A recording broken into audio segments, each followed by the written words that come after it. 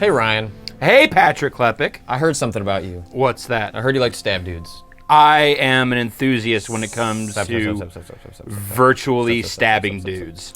However, Dishonored, the game that we are looking at here today from Arcane Studios, makers of such hits as The Dark Messiah of Might and Magic. Hits might be a stretch. Or but sarcastic. They made it. It was a game that came out. This is... So this is a game that showed at E3 this year. Very well. Kind of debuted there and got it was probably one of the hottest games coming out of E3. And they did it in a way that wasn't, they've shown some cool scripted demos. They've been putting out some videos to show some mission walkthroughs. But yeah, at E3 they just put out this, here's a mission. I don't know, 45 minutes. Play it how you will. This is very much a spiritual successor to the lineage of games that Harvey Smith, one of the co-lead designers on this, the Deus Ex series. He cut his teeth with Warren Spector on Deus Ex. Yeah. Gets kind of unfairly blamed, I think, for the debacle that was Deus Ex 2: Invisible War. And then joined up with Arcane. They had a game that was kind of this multiplayer game that was canceled. And anyway, their big one is Dishonored. Easily, in terms of like retail AAA games, my most anticipated game of the year, because I love these types of games. So I played this at E3 amidst all of the buzz, and I didn't see it. It didn't click with me. As far as it's not, as much as I enjoy the demo that they showed, it is not a game that demos particularly well in terms of putting the player into that world and being like, go have fun, because there's a lot of systems, there's a lot of things that are interacting with each other, and these types of games in which like the backbone of them are AI systems. Yeah. Just don't play very well for that trade show atmosphere. The issue that I took from the demo that I saw of what they showed, because it's very much like you're saying, the Deus Ex lineage I think comes through pretty clear in the gameplay systems, because you are given potentially a variety of different ways to approach problems. You have these different abilities that you can tap into. We're in this weird sort of, steampunk-ish. Steampunk City 17 is probably a pretty good way to describe it. They have the same artist that developed City 17 for Valve, and it definitely has a bit of that vibe, especially with some of the enemies. But so the abilities can be fantastical in that way. And so it's sort of the premise seems to be that, hey, you can solve these problems, you can approach these objectives in a variety of different ways. My concern with that style of game, and something that I felt like I kind of got playing the E3 demo, is that you oftentimes end up just finding like the one or two things that just work for you, and then you don't explore the rest of the skill set. So it's like they build all these systems, right, and then it ends up kind of being for naught. That is sort of inherently baked into this style of game. I'm not sure that may just be a genre flaw. Yeah. I'm almost done with this game, and I've certainly kind of gotten into a rhythm. I'm exploring more of the powers because I'm reviewing the game and I want to see what the other possibilities are. But yeah, a lot of these games are you get dropped into a world, you figure out what works for you, and you kind of just continue to execute upon that. The way that the game can mix that up is in the level design, to kind of get you out of your comfort zone, or to force you into different situations. I mean, it's possible, but it's clearly a challenge. So the big innovation in this game is this thing called the blink mechanic, which is one of your basic special powers. It's the only one that you can't purchase. I think that it's the one that's given to you up front. And it allows you to get around the world very, very fast. So you get that little reticle that shows up on the environment. So this moves around, and the really nice thing, and what overcomes a lot of problems this genre has had, and also allows verticality that has not been possible in other games like it, are so when you encounter something like this, this normal icon will switch to arrows, and that means that you will automatically stumble up onto that ledge. Okay. And this is something that comes in useful later in the game when you are jumping off with wide chasms and making leaps that you really shouldn't be able to otherwise. This is what allows you to do so. All right, so before we get into the scenario, give me the setup. All right, so you've been framed for a murder, and after the framing, the game starts out for about an hour where you just have your basic knives, or your kind of dagger, and your like your bows and arrows. So Okay. you don't have any magic. And then after about an hour, the game introduces magic. So the magic are these powers. You have dark vision, which allows me to see through the walls. If you played Mark of the Ninja, it gives you some indications similar to that. So I can see the vision cone of this guy, and then I can follow his path. You can't see all the enemies in the world, but as long as you're reasonably close to them, it'll give you a sense of what's going on around you. Blink is the one I just showed, and the nice part is you can use them in conjunction with each other. It's going to use up more of your MP in the corner, but you can use multiple powers with one another. Okay, so what's this specific scenario here? What's our current mission? What's our current objective? So we've been dropped in. We have to take out the High Overseer. Basically, the first arc of the game is you're going to this pub, which are these series of people that believe that you were framed for this murder of the Empress, and assign you various missions in order to weaken the power that various members in the society have, so that you can put the Empress's daughter into a position of power. So right now, I'm doing the first mission of that. And the nice thing, these worlds are big. So this first stage took me, let's see if I can sneak up behind this guy. So just like any of these other games, you have the option to kill everyone if you want, or play non-lethally. Play non-lethally, and you can still throw that dude in the water. And that, as far as I can tell, that does not count as a kill. Okay. When I've looked at my stat screen. So that's just a random person. That person's not going to fuck with me, but I can steal their money. And what are you using that money for? The money is used for upgrades in between missions. And so again, like, this is a situation where in most of these kind of stealth games, you would have to, wait for the AI patterns, study them out, try and sneak up those stairs. A lot of trial and error, and because of the powers that they give you in this game, you can kind of get around stuff like that. So I can just do this and kind of move around really quickly in the environment, and it allows for you. So you can kind of just like short circuit a lot of those absolutely stealth game conventions, and it allows you to get out of sort of like the traditional example is Metal Gear of when you get into an alarm state. Well, I might as well just reload my last save because what's the point? Right. That is certainly not the case here. In order to go down further upgrade paths, you have to collect things. You have to collect these bone charms, which are temporary equips. So they give you sort of passive. I don't have any right now. They give you passive upgrades. So like, you have a little more health, or potions give you a little bit more mana on each use. Runes are what you actually use to upgrade your powers. So the powers you have in the game, and I'll jump to a later save so I can show off some of the other cool ones. But you start off with basically Blink.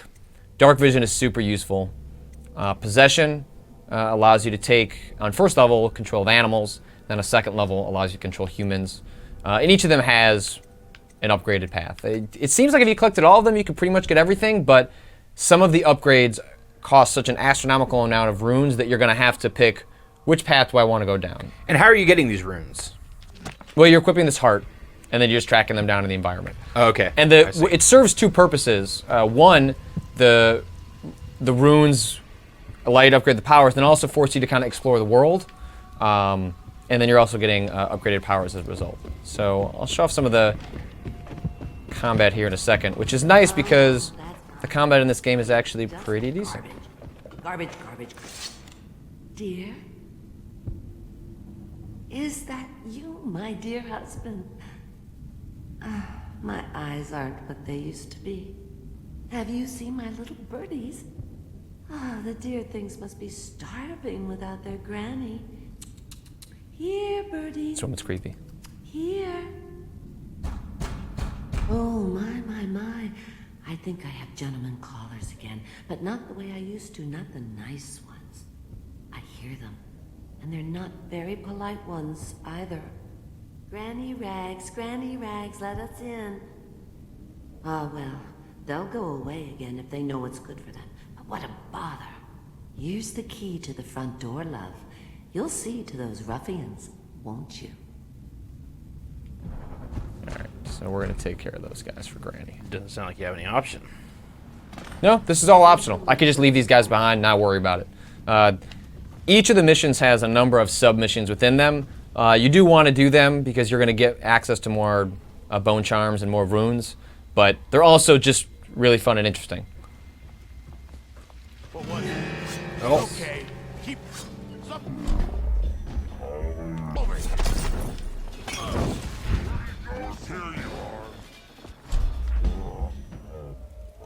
Let's see.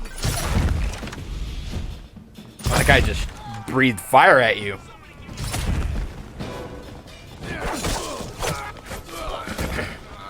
So the combat has this melee countering system. So you see this guy. Oh, I get it. Come on.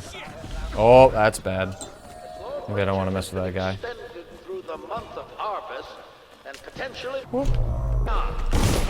So fuck you.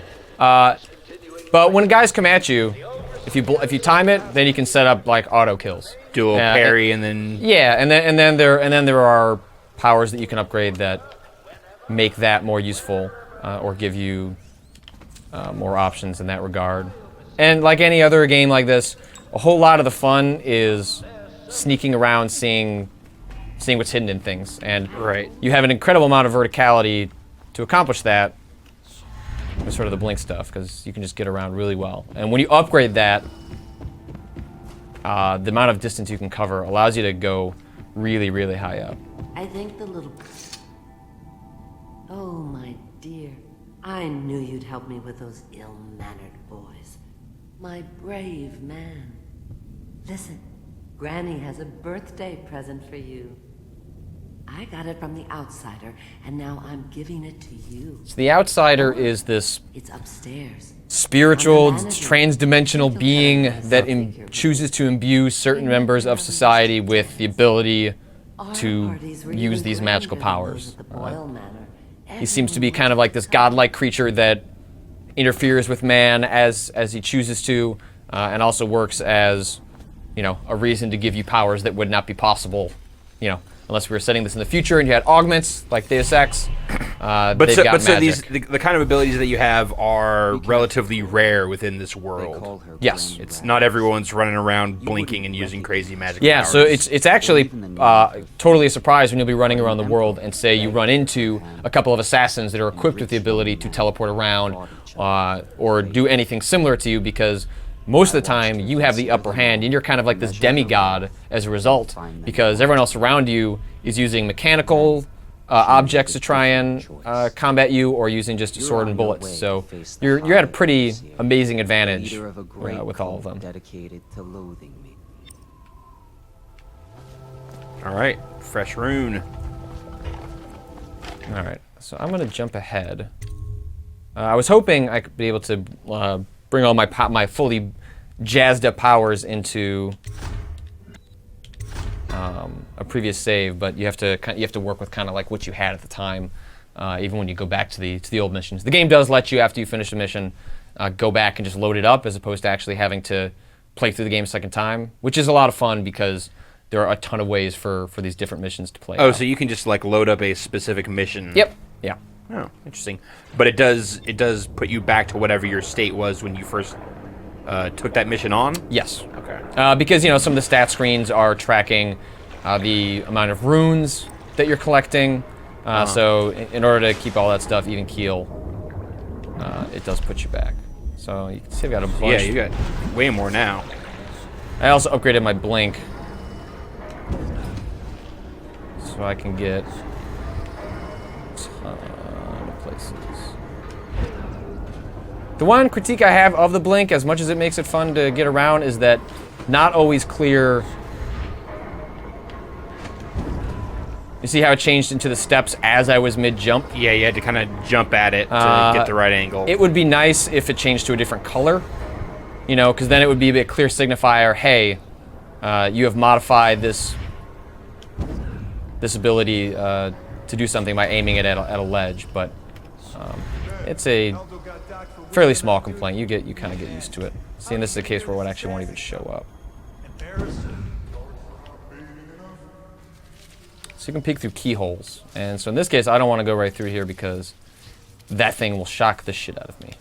So I gotta try and find a way around. And he says to me, "Good work. That's right. Me. For a second." Got some nice touches, like how it warps the voices. Yeah, you can kind of hear the world slowing down around you as you're teleporting around. So I'm gonna jump over here. Possess that guy. Hey, you don't look so good. And jump out of him. So when you're possessing the guy, you're actually physically inside of him? Yes. You cannot attack, you can open doors, and you can move. So you're a little limited on what you can accomplish.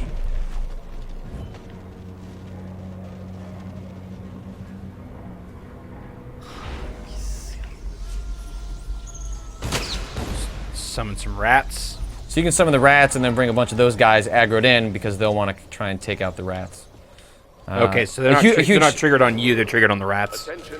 Yeah, you'll know that they're triggered on you, that they'll have little spiky meters around them to signify that. Died here last time, so I'm gonna save.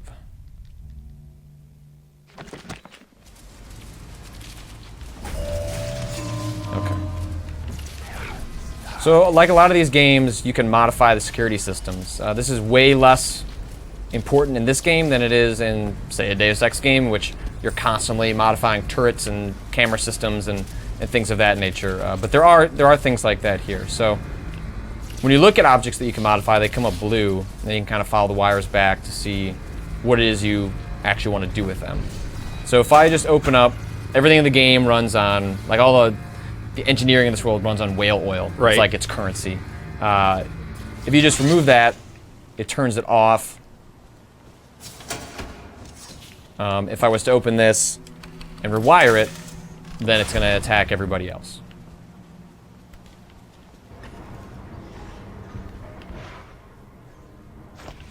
So now you want to draw those guys down there. You don't want to kill everybody.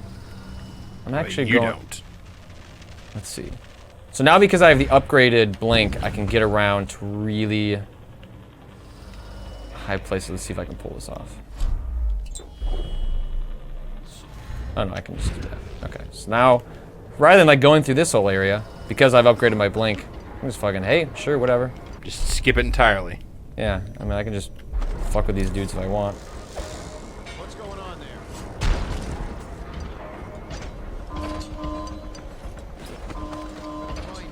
And there are also nice things in order to increase your movement abilities, you know. As long as you're underneath a ledge, it will automatically pull you up. That must have been done. Let's see.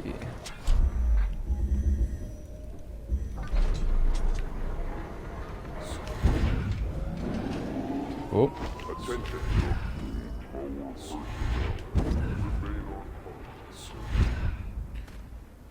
Can you also use blink to like prevent fall damage? You can't use blink, but you can jump from a big distance and possess somebody. Okay.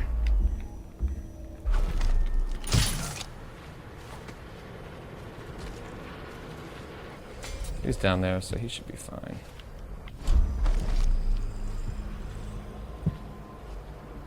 So, you know, like this is a case where if I want to just keep going through the mission, I just go kind of up ahead here. But you do kind of want to go around and see if you can find what they're offering up for runes. Let's see if we can grab that one.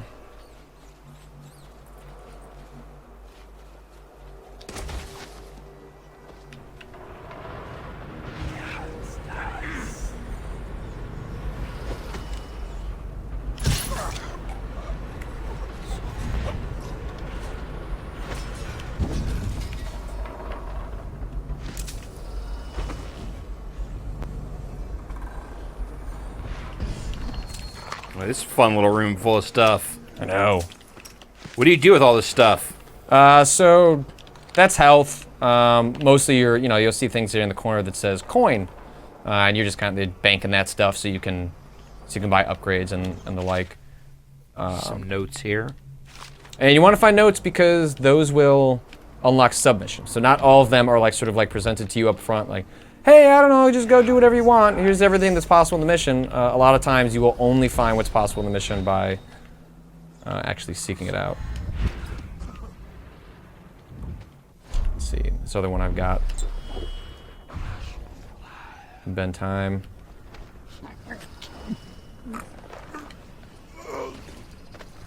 That one's super useful for like running through a room.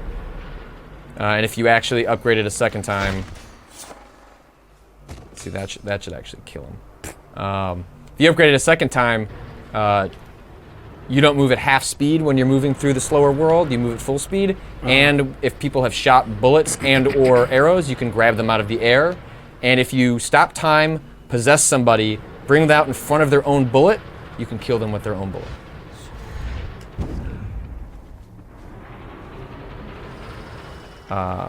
What I've seen of this game, it definitely seems like there is a lot of this ledge perching. Yeah, so this is a situation where this is a very Deus Ex style. Choose your own how you want to approach this. So I could go right in here. This would take me into the next area, but I also have the option.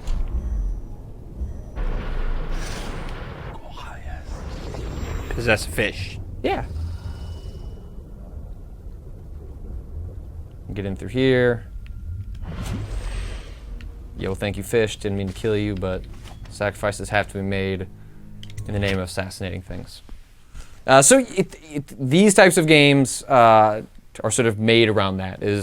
As you go in and out locations, you realize, oh, I could have done this, oh, I could have done that. And what this game allows you to do, and Deus Ex Human Revolution to some extent played around with this, was giving you combat options that are not completely useless. Right. But this is definitely, I think, a more hardcore game than Human Revolution. But at the same time, both games are much more accessible versions of those types of games. So if you were scared off by them in the past, or, you know, rightly so, the shooting mechanics of those games are terrible. So you're mostly playing them to appreciate sort of the AI systems and the puzzle part of it. These are much better games in terms of actual combat. Like, let's just fuck some shit up. I'm heading up. Keep it.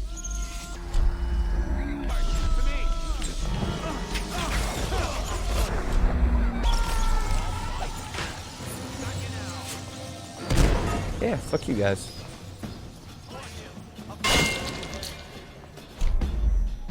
They're not done with you.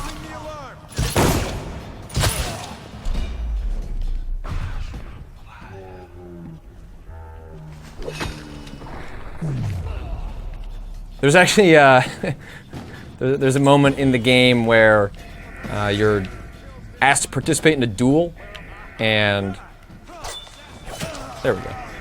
And you can use the slowdown time to totally cheat at the duel, and it's awesome. You don't have to do it that way. That guy's shooting at you. Yeah. He died. I did. But as you can see, like, you have a ton of options when it comes to the combat, and if you want to go down that route, Is there any way to, like, set up hot buttons for specific abilities? Yeah. Okay, so you're not always just going to the wheel? No, here, I'll show that. I mean, that, you know, to your point of these types of games kind of end up encouraging a certain specific type of play style, and then you just kind of stay within that. Yeah. That's what the hot buttons sort of do. So if you peel upon the wheel, but I mean, that's the choice here is either, you know, tap into this, you know, dozen or so abilities that they give you. But that's the thing. Like, they sort of are encouraging a certain style of play, which is dark vision, blink, possession, bend time. All four of those play into this idea of being sort of a stealthier character. Sure. Devouring Swarm and Wind Blast, which, you know, summon the rats and summon a sort of a mini tornado. Those are playing into a guy that wants to do more of the combat. And there are other abilities that play into that, like this one, which I haven't used at all because I tend to just put everyone to sleep. Shadow Kill turns people to ash as they die. And so that means rather than having to hide bodies, those bodies just straight up disappear. I think Jeff has been playing that way. And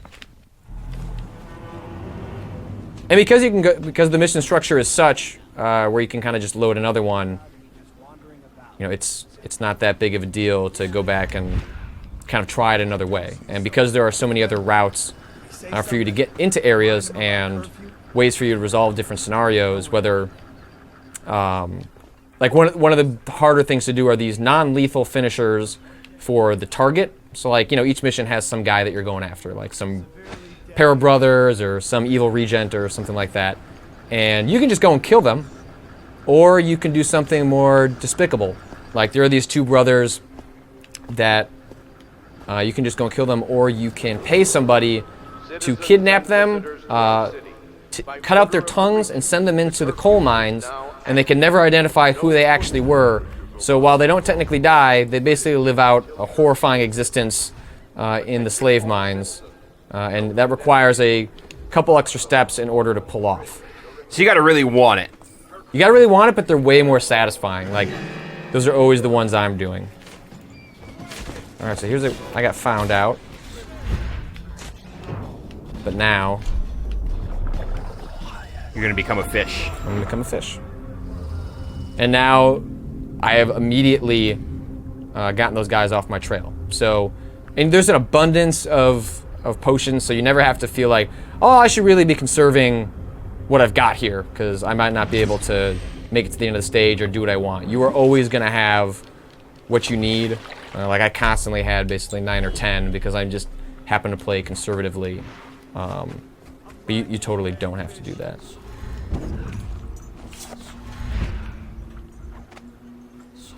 I'll flush you out. They do seem to go in a slightly more alert stage when you've decided to fuck with them. Find you. I heard you. He's here. Oh, I'll find you. Here you Which way do I? Oh, here we go.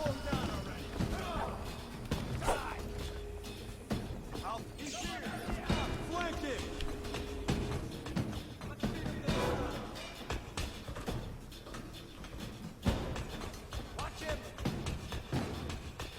They have found you out. Yeah, I'm gonna have to make my way across. Here we go.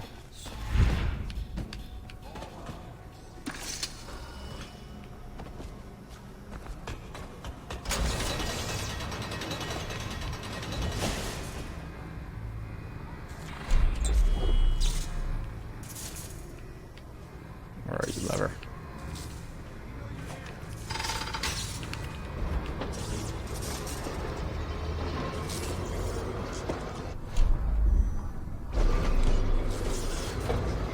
Stupid rat.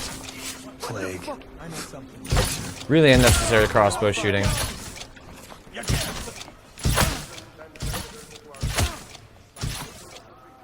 Man, that guy could take it. now active. No foot traffic is allowed across Cauldron Bridge. But now I've taken out like all the guards in this area. When I played through this before, Pedestrian movement. I didn't touch a single one of those dudes. Curfew will end tomorrow morning at sunrise. These environments seem huge and dense. It seems like there's just a lot of different ways that you could approach any of these. And that's the huge improvement they've made on, I guess, if you want to consider like the base formula for these types of games. It's just that, in retrospect, when you go back and like look at Deus Ex, like it's so obvious, and even in Human Revolution, they don't get away from it enough. Is like find the great. You know, that is Right. That is what you do to get around the stealthy way in that game until you get to like, you know, some of the invincibility powers. But in this game, you just have a whole lot more options. Like even that, like you're doing a run plus double jump plus a blink in order to get somewhere that you normally wouldn't be able to. It also seems like it allows for, you know, a little looser play because you do have these. You can experiment and not feel bad about it. Right. Okay, so that's blocked from the other side.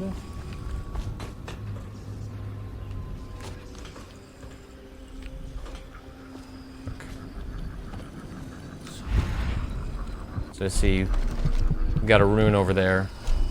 Gotta find some way over there.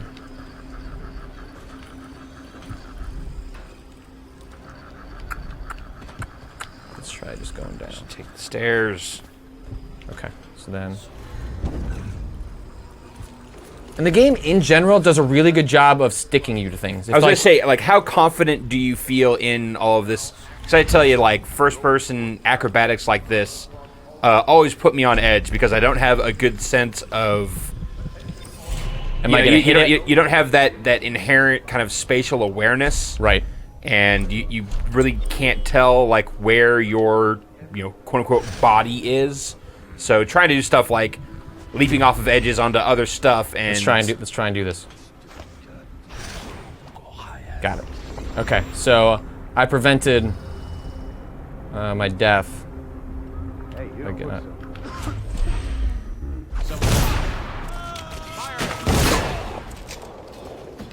Yeah, I've never really felt like I can't pull off exactly what I want to pull off.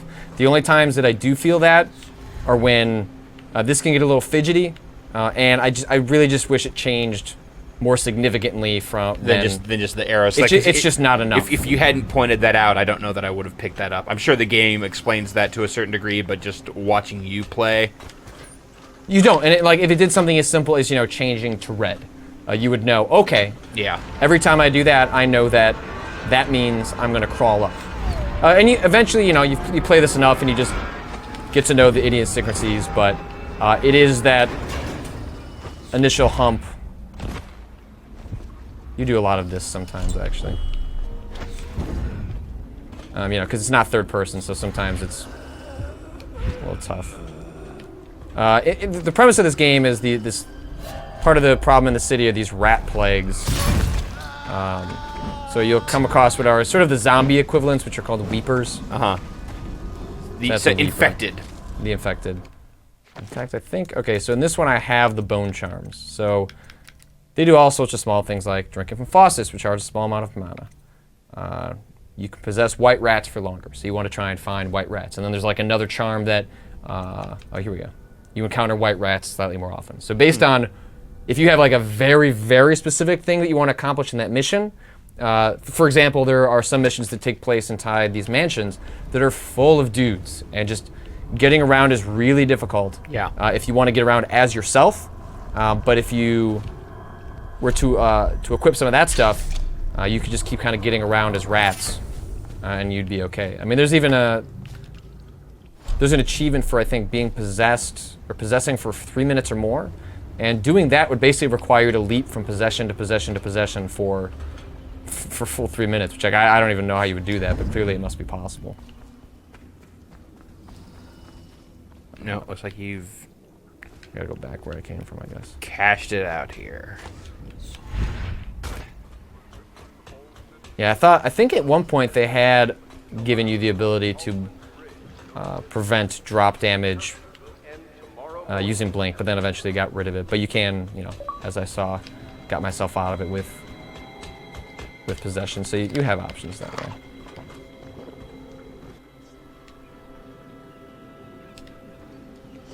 It's all right.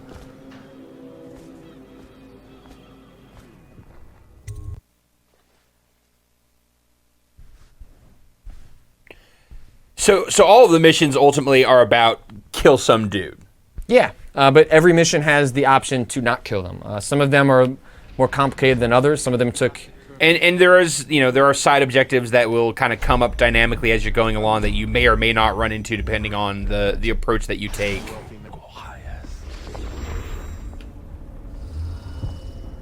Yes, and how much exploring you do also determines... See, this is fun.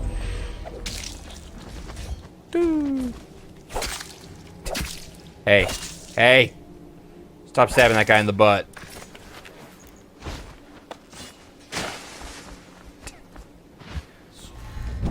No dignity. Oh, can't do that. Yeah. See, some of that stuff does still just strike me as a little You get really good at it. clumsy. Yeah, I'm not going to say that it's perfect, but it is a significant step forward for these types of games and allows you to execute things that just were not possible or were just so frustrating to pull off. And I think it works. I think it works incredibly well. It's super fun to get around.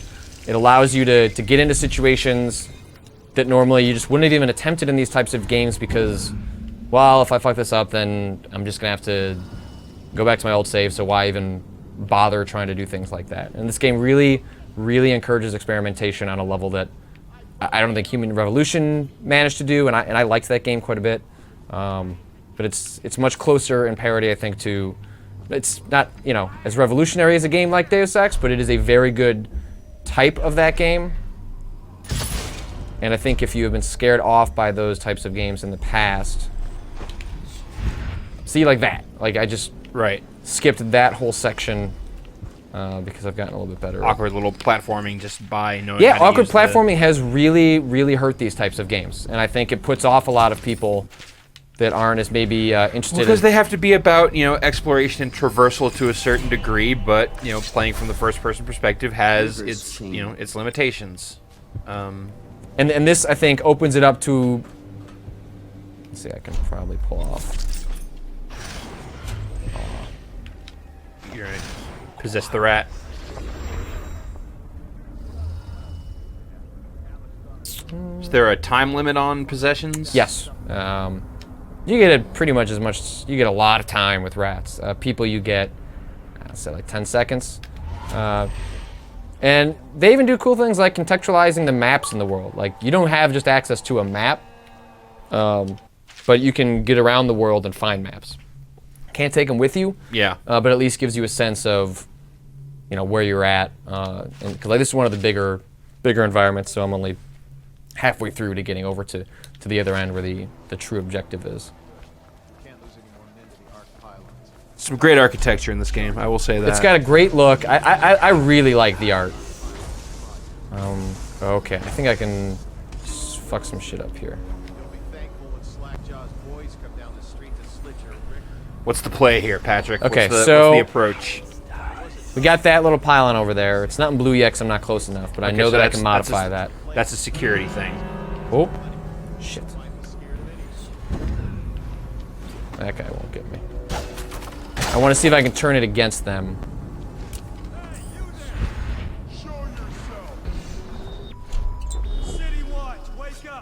Let these thugs distract them. So the thugs are going to distract the guards here on the bridge.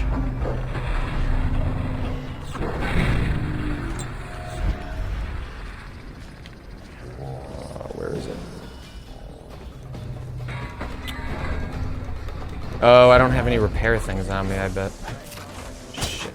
Oh, wait, no, there it is. Oh. Whoop. So draw them back over here and watch the fireworks? Yep.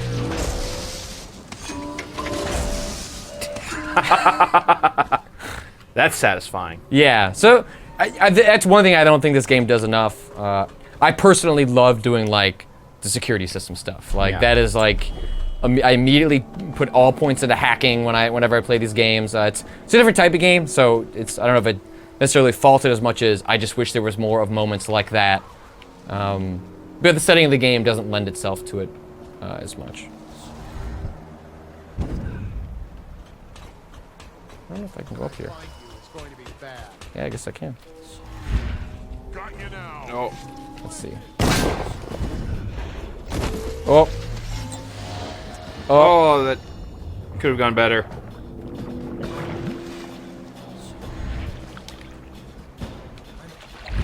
But it also seems like, you know, you get into a lot more scenarios that are recoverable. Yes.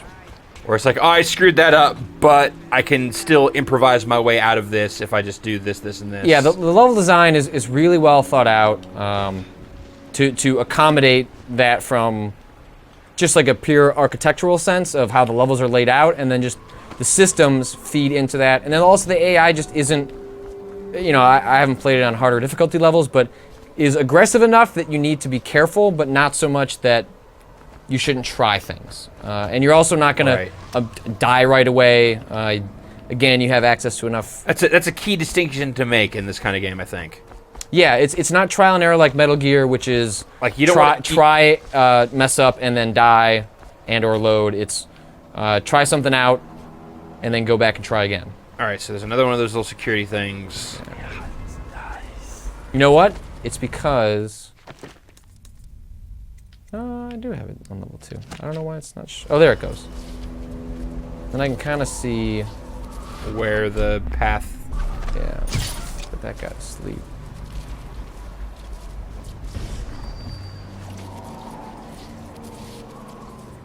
Can you just speed past it? I think.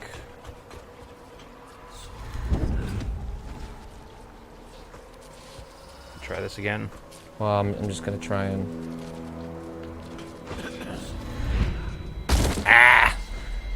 So some of that stuff can be a little frustrating, but it usually only happens when you're trying to do something a little unorthodox.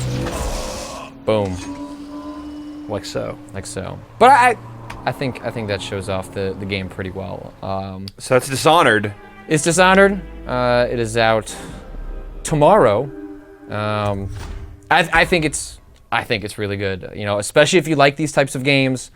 This is a really good that type of game, and I think it makes some really significant advances in making it more accessible for people, and even for the people like myself that really enjoy these types of systems-driven AI games. So, you have just way more to do than you ever have before. First-person exploration, multi-skills. It's a hard game to categorize. It's kind of just problem solving. Yeah, it's a first-person, exploration puzzle game that has action elements to it, but the action is only in so much as you want to engage with it. Like, it's very easy to see how you could play the save and load game and just kind of sneak your way through this and not even worry about killing a soul. Because I think you can get through most of the game, if not all the game, without killing a single person. Well, interesting stuff. Well, Patrick, thanks for giving us a look here at Dishonored. Of course.